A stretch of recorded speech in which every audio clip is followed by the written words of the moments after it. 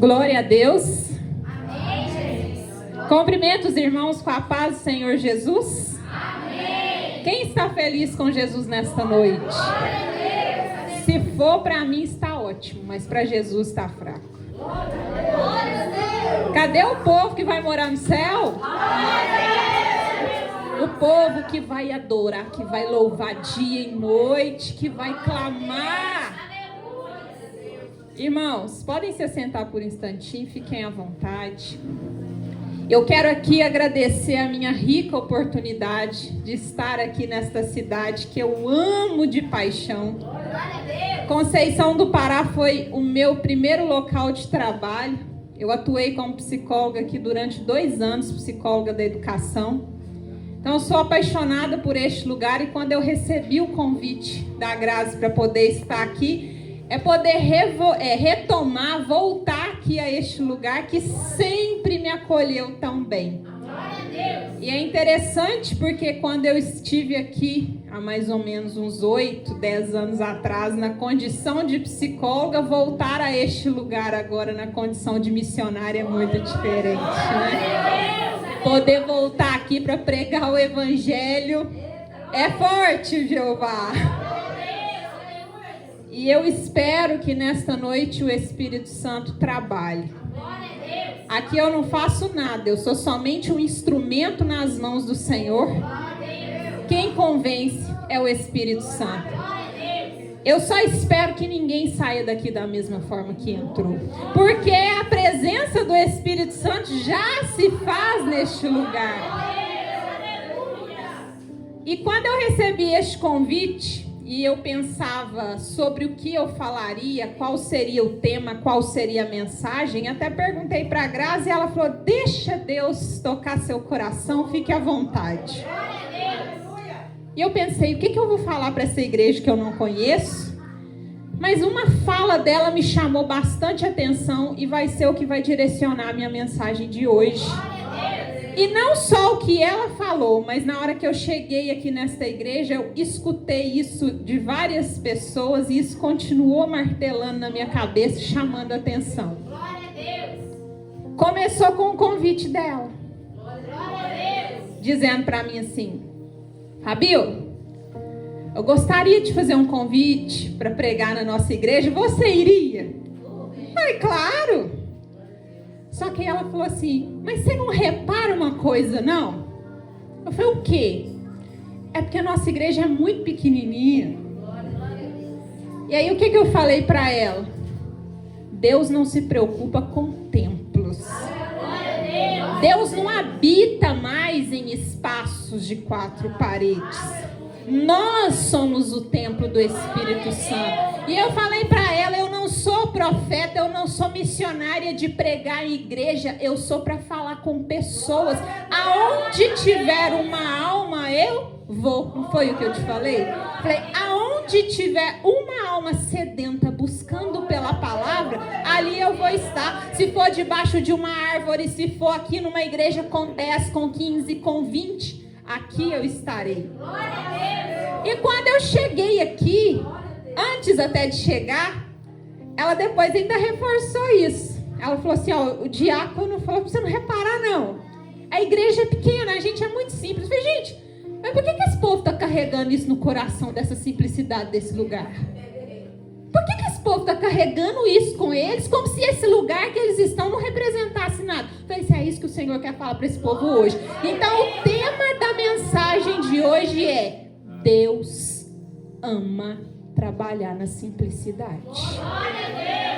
Repete comigo, igreja. Deus ama trabalhar na simplicidade. Você crê nisso?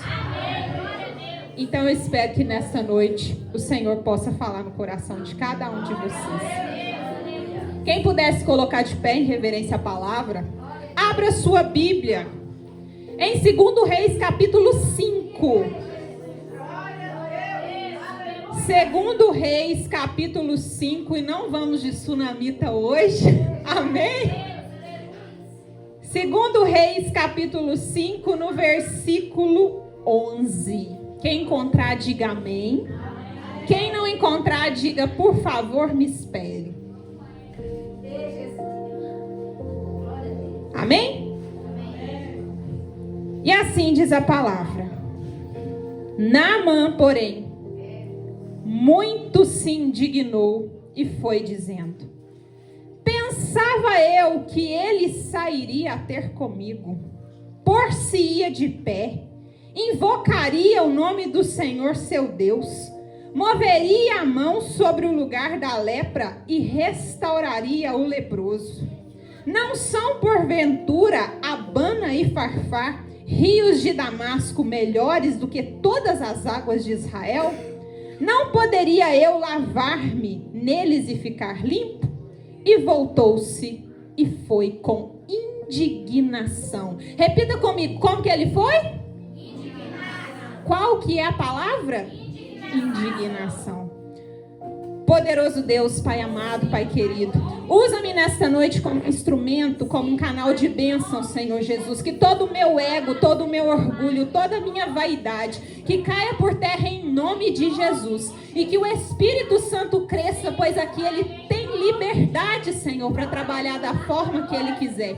Fala em cada coração nesta noite, Senhor. Assim eu espero, em nome de Jesus. Amém. Você pode se assentar aplaudindo ao Senhor?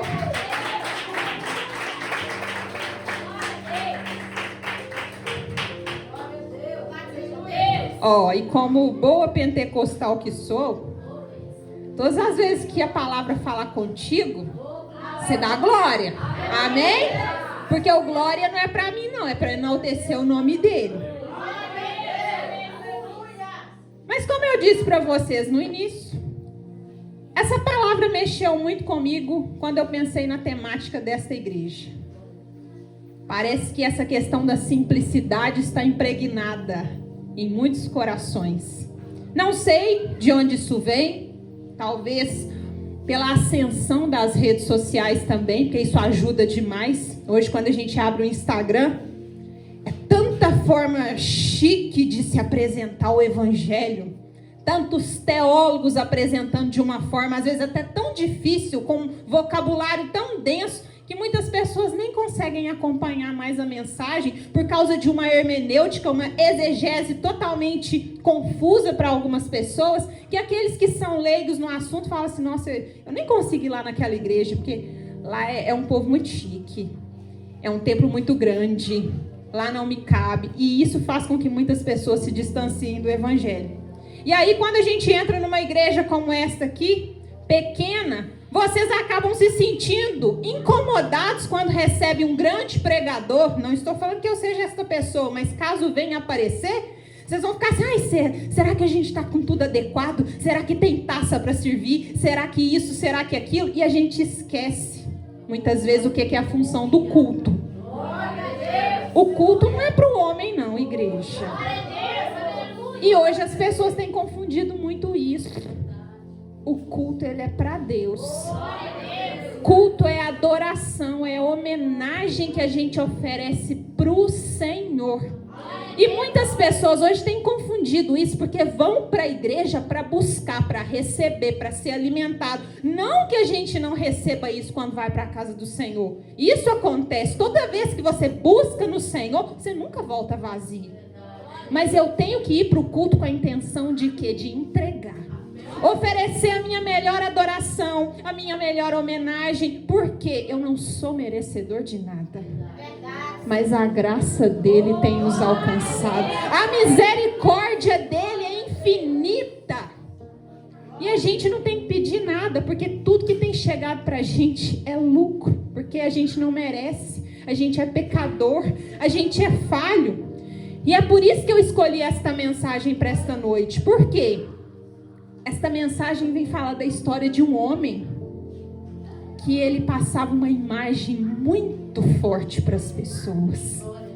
Era um homem que visivelmente era poderoso.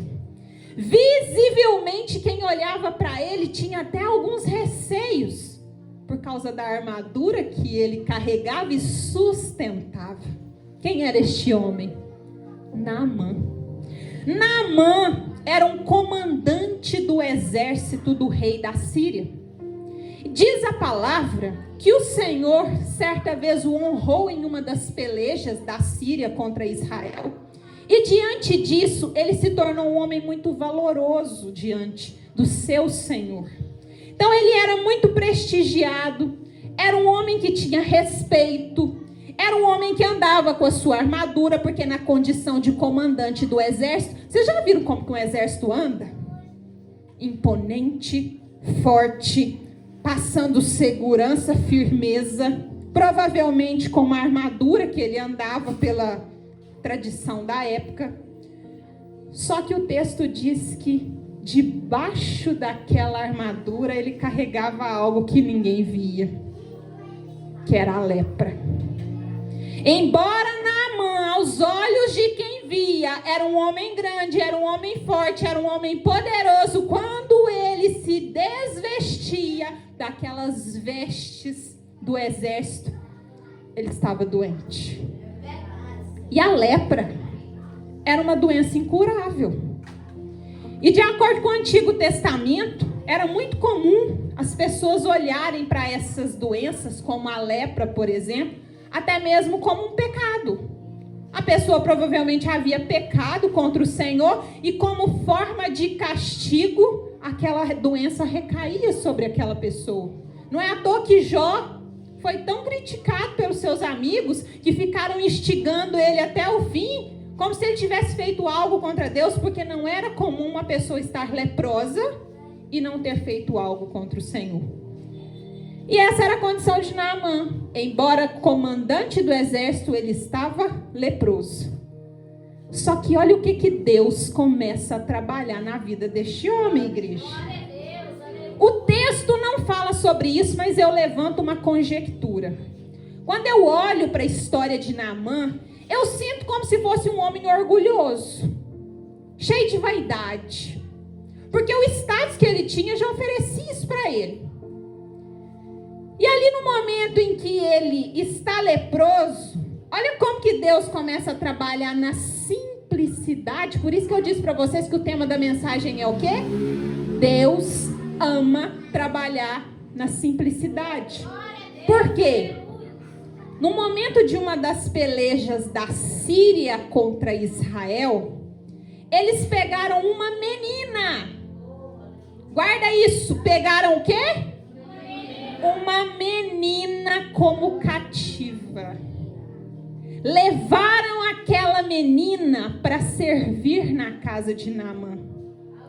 E aquela menina de onde ela vinha, que era de Israel, ela não tinha provavelmente tamanho, ela não tinha força, ainda mais a mulher na condição da época, que nem voz tinha. Aquela menina que foi ser uma cativa na casa de Naamã, ela não entra ali por um mero acaso, ela chega e fala assim: ah, minha senhora. Glória a Deus, aleluia. Ela fala para a esposa de Naamã: se o meu senhor soubesse que tem um homem lá na minha terra que é capaz de curar ele dessa lepra, ele seria curado. Aquela menina não tinha poder nenhum, mas de onde ela vinha, ela tinha testemunho. Essa palavra já fala para vocês aqui: na simplicidade você também consegue pregar, na simplicidade você também consegue evangelizar. Ah, eu não tenho dom, eu não sei ler a Bíblia, eu não consigo pregar. Esta menina pregou o evangelho sem conhecer de escritura. Ela simplesmente falou assim: ó, de lá de onde eu venho tem profeta, de lá de onde eu venho tem gente que pode resolver o seu problema. Então vai buscar, porque aquele que busca não volta de mãos vazias. E Naamã fica sabendo da sua esposa, dessa situação. Então ele vai saber, faz saber ao rei da Síria. Afinal de contas, o rei tinha um apreço por ele. Então ele fala: meu senhor, estou sabendo que lá em Israel tem alguém que pode resolver o meu problema. Eu preciso ser curado dessa lepra. O rei, considerando muito o seu servo, ele fala: então eu te mandarei lá e eu mandarei uma carta junto contigo. Vou mandar uma carta para o rei de Israel e junto com a carta você leve ouro, leve prata, leve também 10 vestes celestiais, ofereça ao rei, e eu estarei falando nesta carta para que ele possa te curar. Porque o rei não sabia quem estava carregando essa cura, porque a menina simplesmente falou que o problema ia se resolver lá, ela não sabia como, mas era lá que resolvia. Então Naamã, ele sai com seus cavaleiros, sai com a sua tropa, e ele se apresenta diante do rei. Olha as circunstâncias, vocês estão acompanhando, igreja? Ele chega diante do rei de Israel. E naquela época, lembra que a Síria estava prevalecendo em relação a Israel? Havia acontecido um acordo entre eles, e então estava numa situação de paz. Mas aí, de repente, quem é que chega para conversar com o rei com uma carta na mão? Naamã, que era o comandante do exército do pessoal que era rival. E chega pedindo por uma coisa que era impossível. Porque na carta o rei da Síria falava: estou mandando o meu senhor para que você possa curá-lo. Imagina a cena. O rei de Israel lendo a carta e fala assim: eu vou curar esse homem como? Lepra é incurável. Como que ele pode mandar uma carta para mim para eu curar esse homem? O que eu posso fazer por ele? Ali naquele momento, o rei de Israel, diz a palavra que ele rasgou as suas vestes. Na Bíblia, todas as vezes que você vir alguém dizer que fulano rasgou as vestes, isso quer dizer de profunda indignação, de tristeza. Porque a pessoa está inconformada com alguma coisa. Assim foi com Davi. Assim foi com o pai de José quando ele foi lançado na cova. Ou seja, rasgar as vestes é essa indignação. Então, quando o rei recebe essa carta e vê que ele está impotente diante da situação, ele fala: o que eu poderia fazer? Eu tenho algum poder por um acaso para curar esse Naamã? Sou eu Deus para ter essa função? Só que aí, um tal de Eliseu. Quem, igreja? Eliseu. Um dos grandes profetas do Antigo Testamento. Eliseu, profeta substituto de quem? Elias. Recebeu porção dobrada do seu espírito. Aquele que aprendeu e fez ainda mais. Eliseu ouviu aquela indignação do rei e ele manda uma mensagem. Manda essa mensagem para ele e fala o quê? Rei, por que você rasgou suas vestes? Por que dessa indignação? Manda para cá. Manda para cá, é o que essa igreja também tem que aprender, independente de quem seja, não fuja do problema não, manda para cá, porque se tem profeta, se tem gente que ora, que jejua, que busca na presença do Senhor, você tem autoridade no nome de Deus para expulsar demônio, você tem autoridade para poder interceder por pessoas, então não tenha medo. Não coloque a sua fé em intermediários. É o profeta, é fulano, é Beltrano. É você que vai se revestir da autoridade do nome de Jesus, porque o sangue dele tem poder. Foi o que Eliseu fez. O que Eliseu faz? Manda para cá. Mostra para ele que em Israel tem Deus. Lá onde ele está pode até não ter, mas aqui tem. Imagina Naamã olhando para aquela situação e para aquela cena, igreja. Achei agora quem vai resolver meu problema? Afinal de contas, ele está se propondo a resolver o meu problema. Então eu fico pensando que Naamã criou um contexto na cabeça dele. Eu vou chegar lá, ele na condição de profeta, ele vai talvez estender a mão, Ele vai orar, ele vai invocar o Deus e vai descer fogo do céu. Talvez igual como foi com Elias. Vocês lembram quando estava lá no Carmelo com aqueles 450 profetas e acontece toda aquela situação e o povo, tem Deus nesse lugar. Eu acho que eu já estava imaginando algo mais ou menos assim. Parece conosco muitas vezes quando a gente fica sabendo assim, vai vir um profeta de fora na igreja tal, e aí a gente chega achando que vai ter um grande mover. Porque a gente coloca toda a nossa expectativa no homem. E esquece que Deus é um Deus que trabalha na simplicidade. É um Deus que trabalha no momento que você ora, que você adora. Quando você bate o joelho no seu quarto. Aquela oração que você faz que ninguém sabe. Aquele choro que você tem na sua intimidade com Deus. E Ele fala, ninguém está vendo, mas eu tenho visto a sua dor. Eu tenho visto o seu clamor. Eu tenho visto a sua dificuldade. Senhor está falando nesta noite aqui para algumas pessoas. Jesus. Eita. É forte. Santo Jesus tem poder. O inimigo quer tentar travar, mas vai dar conta não. Amém? Gente.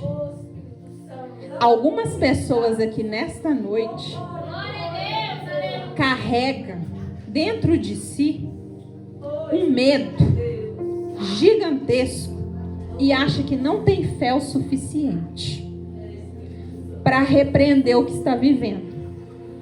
E aí você acha que você tem que terceirizar sua fé. Se o pastor não orar com a mão na sua cabeça, não resolve. Se não tiver revelação, não resolve.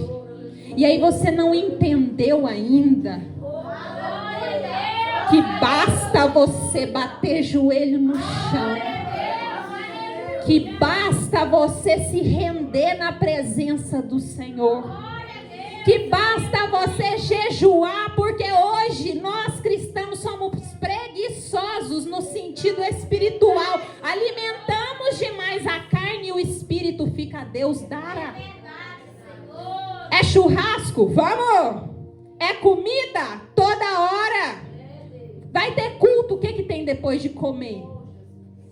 Agora chama o crente para subir monte para oração. Vamos fazer oração de madrugada. Nossa, é porque eu tenho dificuldade para acordar, eu não acordo, sabe? Não, esse horário para mim é difícil, é hora para mim. É um tal de hora para mim, mas nunca ore comigo. Para de terceirizar sua fé para os outros. É hora de você entender que você precisa se comprometer com a mudança. Não espere que a mudança venha de outros. É você que tem que assumir a responsabilidade. Tá cheio de profeta aqui, mas precisa progredir nos dons espirituais. E é cada um com o seu chamado. Alguns no louvor, outros na pregação, outros na intercessão, outros na mídia, cada um no seu devido lugar. O problema é que hoje todo mundo só quer isso aqui, altar. Porque se não tiver visibilidade, eu não quero.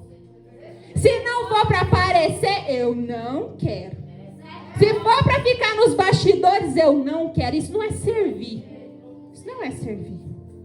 Já dizia Salomão, é tudo vaidade.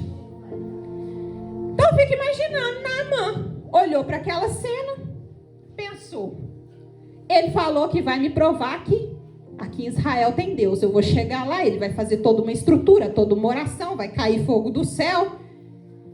E aí Deus começa já trabalhando na imensa simplicidade, porque já começou trabalhando com Naamã lá na casa dele, quando ele usou quem para falar? Usou quem? Uma menina. E é você que muitas vezes não dá ouvido para pessoas que profetizam na sua vida, que estão dentro da sua casa, pessoas que estão profetizando, que estão do seu lado, porque quando Deus quer falar, Ele usa até de uma jumenta, e você às vezes buscando profeta fora, quando você está cheio de profeta do seu lado e não dá valor. Quando Deus quer falar, Ele fala no lugar que Ele quer falar, Ele usa a pessoa que Ele quer usar. Para de terceirizar sua fé para outras pessoas. Então Naamã chega na porta de Eliseu e Eliseu nem recebe ele. O Senhor, Ele não foca na aparência. Ele foca na intenção do coração. Aquele homem, o Senhor começa a desbancar ele de orgulho e de vaidade o tempo todo. Porque se ele era comandante, ele fala assim: eu vou te mostrar que aqui você não é nada. É muito ego e muito orgulho precisando ser quebrado para o povo entender que aqui nós somos todos iguais. Diante dos olhos do Senhor, nós somos todos iguais. Então, quando ele chega, ele não recebe Naamã. Ele manda quem para dar o recado? Geazi. Eu fico imaginando a indignação, que a palavra diz que ele ficou indignado. O quê? Eu saio lá de onde eu estava. Eu trago ouro, eu trago prata, eu trago vestes festivais, e este homem que se diz profeta sequer se dá o trabalho de me receber. E o Senhor fala: porque aqui no meu lugar, quem sou Deus sou eu. A minha forma de trabalhar não é do jeito que você está acostumado. Os planos do Senhor são sempre para te frustrar. A forma dele de trabalhar não é da forma que você está acostumado. O tempo dele é diferente do seu. A forma de agir é diferente da sua. Então para de achar que Deus vai trabalhar com seus métodos, porque ele trabalha com o dele.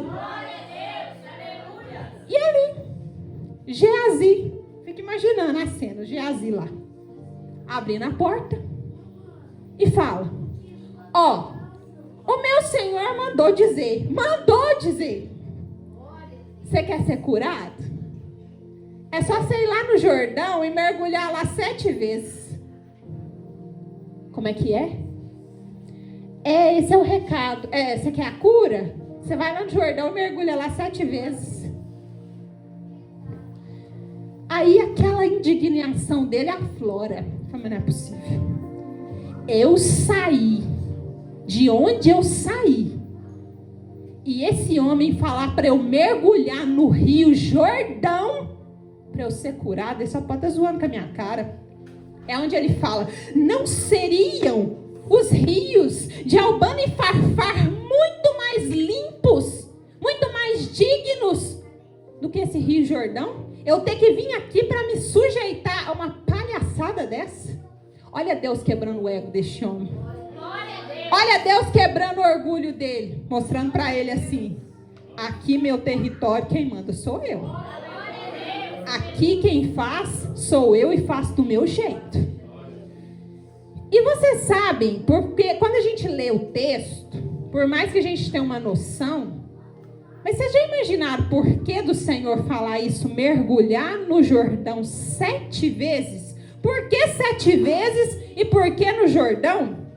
Eu não sei se vocês já tiveram curiosidade até de pesquisar, depois vocês jogam no Google, vai ser uma forma mais fácil. Como que é a situação do Rio Jordão? A densidade de água é muito baixa. É um rio lamacento, barrento, sujo.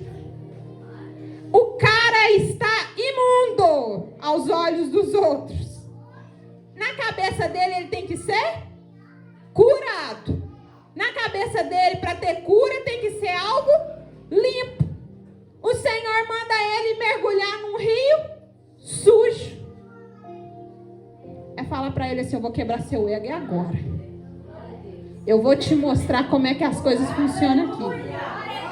Eu vou te mostrar que na simplicidade também existe Deus. Eu cheguei aqui para quebrar protocolos. Eu cheguei aqui para te mostrar que esses rituais que você criou é coisa da sua cabeça. Tem gente aqui, o Senhor falando para alguém, eu não sei quem é. É você não dando credibilidade no seu pequeno negócio que você quer abrir.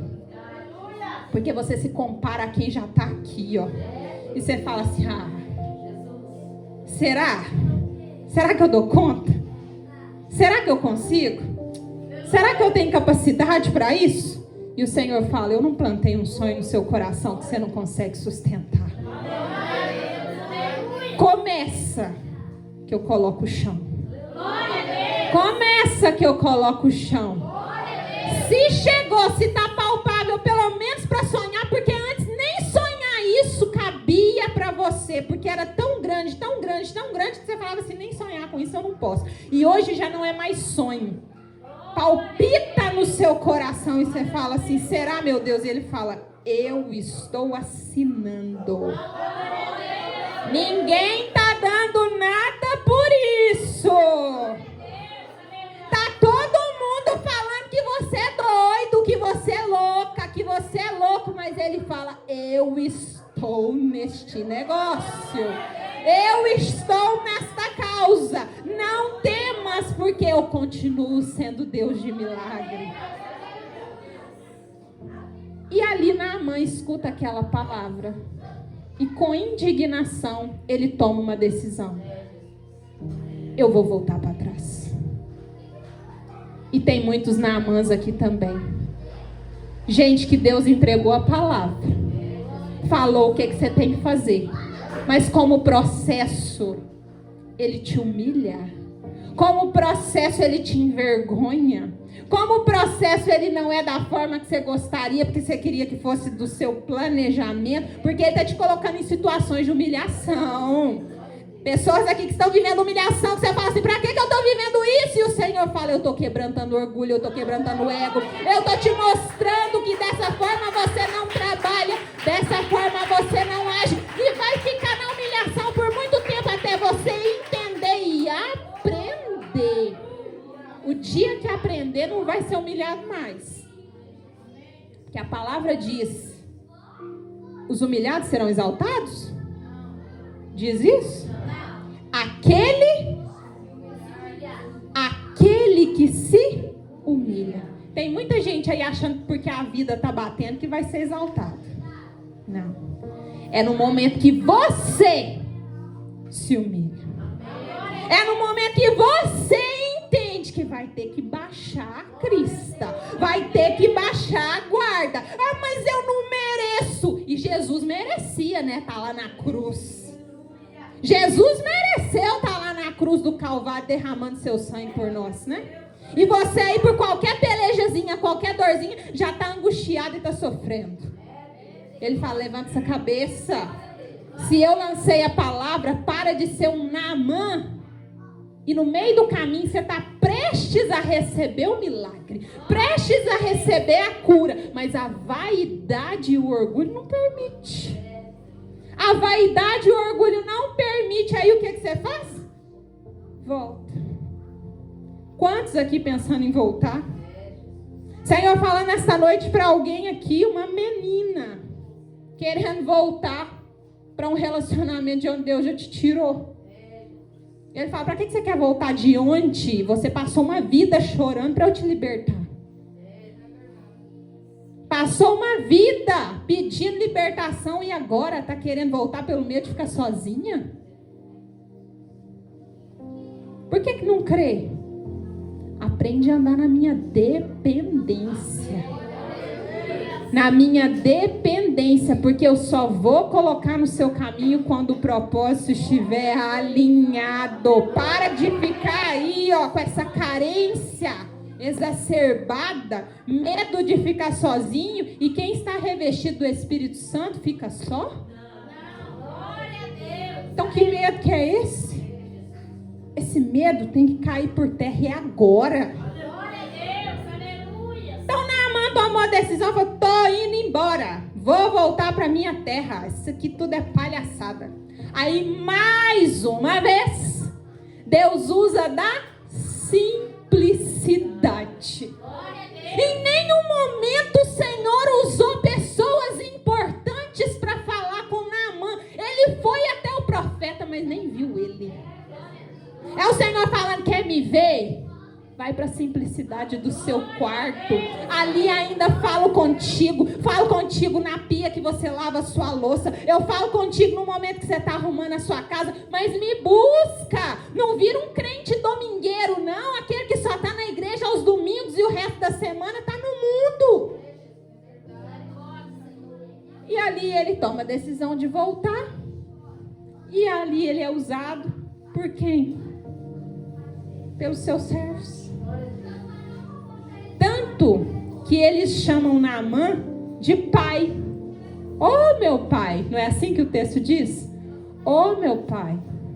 Porque naquela época, esse termo, ô meu pai, dizia de um grande respeito. Você só falava isso para alguém de autoridade. Então ali, aqueles homens que o serviam, seus cavaleiros, falam assim, ô meu pai, o que de tão difícil que esse homem te pediu?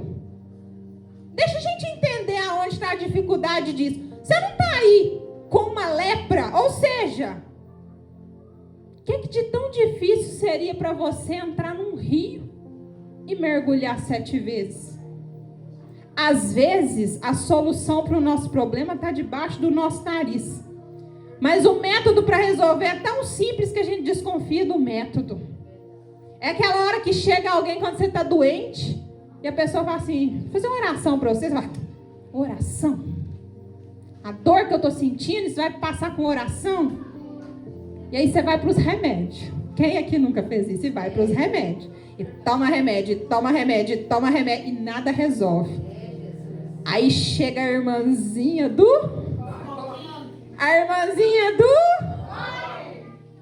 Senta aí.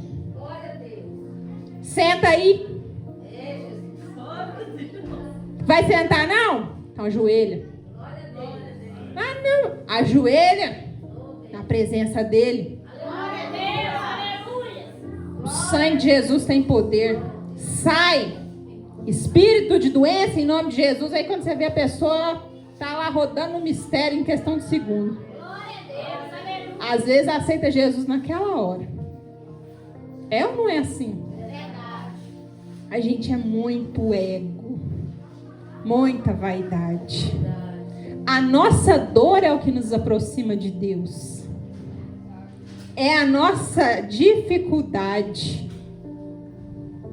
Às vezes as pessoas olham para mim, hoje nas redes sociais, e acham assim, nossa, mas tá pregando em tudo quanto é lugar. Tá pregando em igreja, tá pregando em comunidade. Eu dou glória a Deus pelas oportunidades que eu recebo. Eu prego às vezes em lugares que pastores ainda não pisaram. E sabe aonde eu me converti? Junto com a minha mãe? Uma igreja menor que essa. Glória a Deus, aleluia. A gente chamava lá de igrejinha. Igrejinha. Essa igreja, muitas vezes, o culto funcionava com 5 pessoas. 5 pessoas. Uma igrejinha. E eu lá ainda católica, assistindo aqueles cultos. E o pastor, na sua simplicidade, olhava para mim e falava assim, tu é profeta. Glória a Deus, aleluia. Aí a Naamã aqui, ó. Eu sou psicóloga. Eu cuido de emoções. As pessoas me pagam para isso. Eu vou pregar evangelho. Vai. Não vou, não. Vai.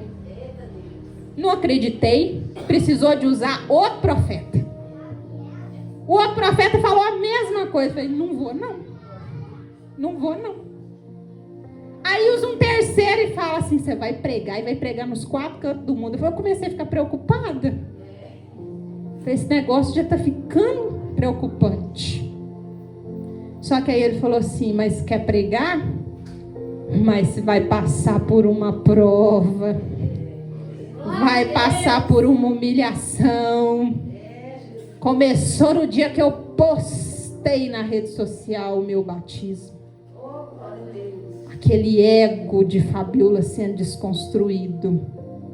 Aquela imagem de Fabiola com aquele monte de seguidor. Quando viram a conversão de Fabiola, simplesmente foi parando de seguir. Foi só eu aceitar Jesus que um monte correu. E aí vocês acham que ficou nisso? Um mergulho de Naamã? Não. Você está achando que vai ser só esse tipo de humilhação? Não. Acaba com esse perfil aí, faz outro. Foi o quê?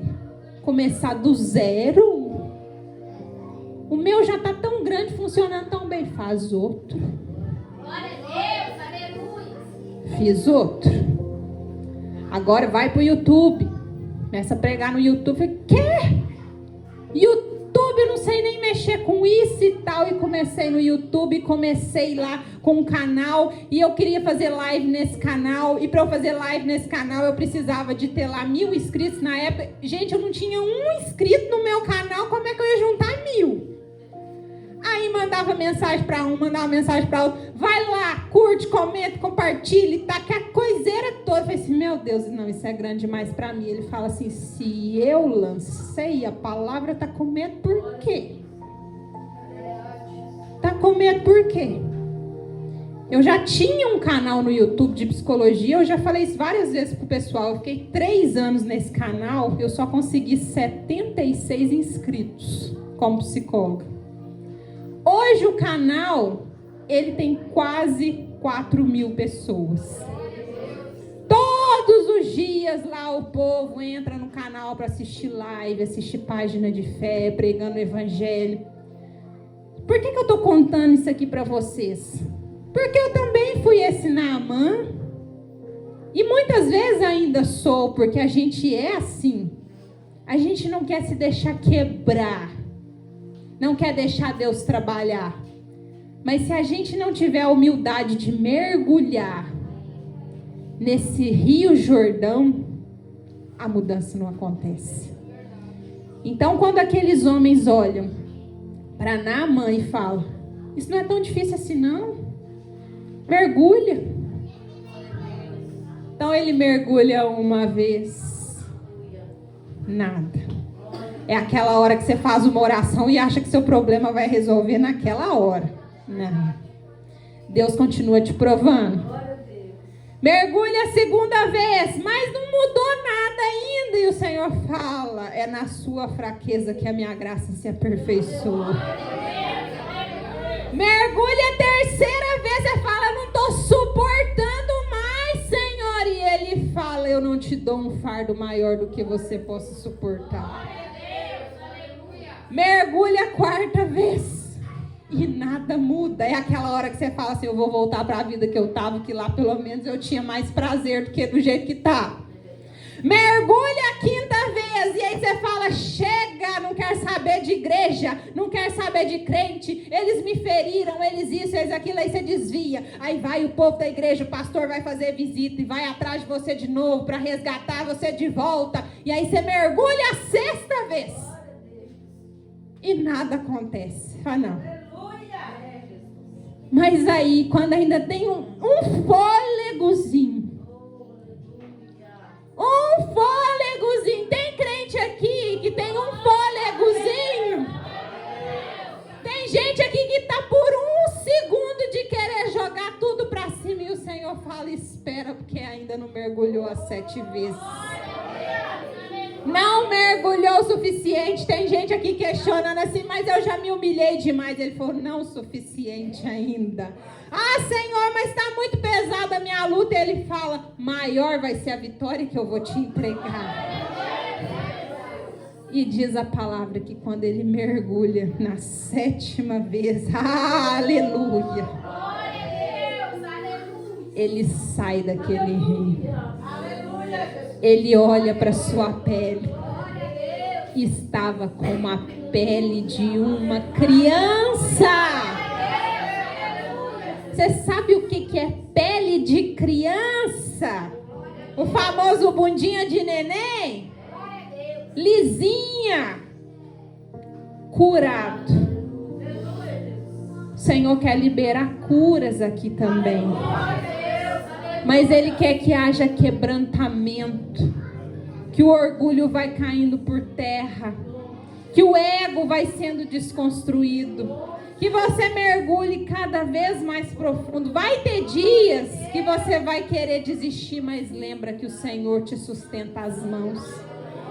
Eu quero te convidar nesta noite para orar. Fica de pé.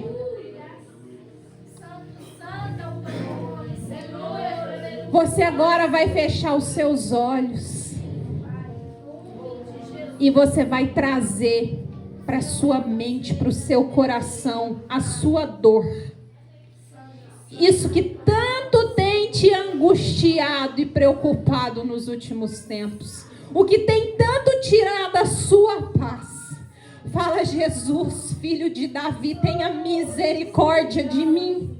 Lembra da mulher cananeia que ela precisou pegar o seu problema. O que era o problema daquela mulher? Uma filha endemoniada. Ela deixa o problema em casa e vai buscar pela solução. É o que a gente precisa aprender a fazer também. Muitas vezes a gente precisa sair da nossa zona de conforto. E o Senhor falando nesta noite para muitas pessoas: eu sou contigo, mas é preciso marchar. Cadê o povo que não está marchando? Cadê o povo que não está adorando? Cadê o povo que não está buscando? Que você possa vir a progredir nos dons espirituais. Que você possa desenvolver intimidade e sensibilidade ao Espírito Santo. Peça: Senhor, retira as escamas dos meus olhos que tem me causado a cegueira espiritual. Senhor, vai nesse momento dentro de casas que está com falta de provisão, Senhor, que o azeite venha transbordar, venha derramar, Senhor Jesus. Pessoas pedindo por portas de emprego, oportunidades, Senhor Jesus. Olha pelas necessidades que cada um dos seus filhos carrega no coração. Pai, vai perdoando o nosso pecado em oculto, aquele pecado de estimação que muitas vezes nós carregamos conosco e que vai abrindo, Senhor Jesus, oportunidades e possibilidades. Que todas as cadeias que nos aprisionam ao pecado, que neste momento sejam rompidas pelo sangue de Jesus que tem poder. Espírito Santo, prevaleça em nós. Espírito Santo, vem selar este momento de oração. Assim nós cremos, em nome de Jesus. Amém.